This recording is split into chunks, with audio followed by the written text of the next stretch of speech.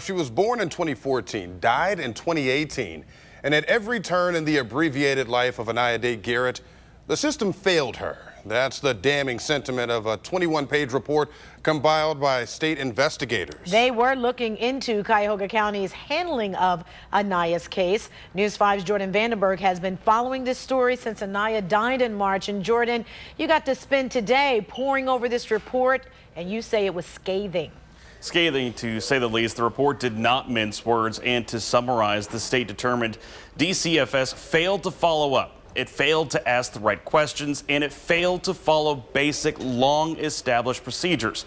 And these failures stretched system-wide.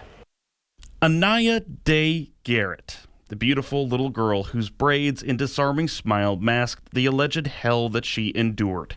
And a state review found county social workers had opportunity after opportunity to stop it, but didn't. I think it sums up the entire fiasco here. Clearly, lack of communication, lack of supervision, lack of training, just an overall lack of really care, in my opinion. The state review found the issues with Aniya's case started almost immediately. The girl came to DCFS's attention 5 times between February 2017 and March 2018. One of them, the review found, wasn't screened correctly, instead put into a category not intended for abuse cases. 3 more DCFS investigations resulted in the agency recommending counseling for Aniya's mother, Sierra Day. However, the review found caseworkers never once verified that Aniya's mother actually sought counseling. The review also found county social workers often discredited Aniya's own account of her injuries, despite telling them, quote, "Mommy did it." CPS failed me. They failed us all. No, nobody should have to go through this. Paul Greco, the attorney representing Aniya's biological father, Michael Garrett, Fathers matter. Fathers matter.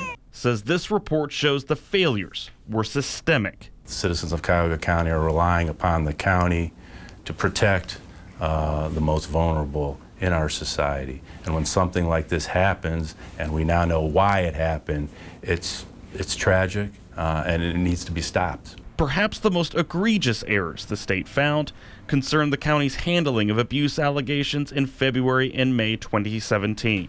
Records show DCFS became aware that Aniya's daycare kept record of Aniya's injuries. However, DCFS closed the case without ever obtaining copies of those reports. Caseworkers only got those records after Aniya went to the hospital with more injuries 3 months later.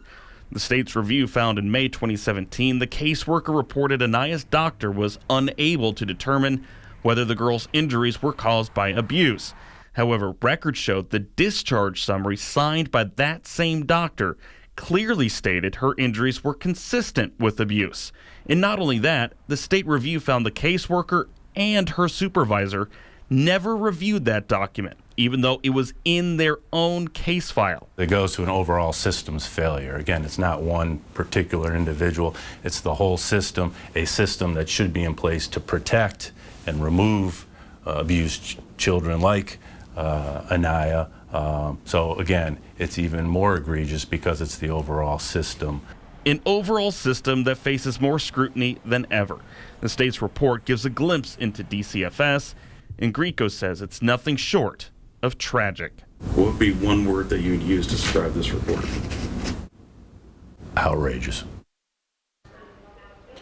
In a statement, County Executive Armin Budish called Aniya's death a tragedy and pointed to the panel of experts that he assembled that has recommended changes at DCFS.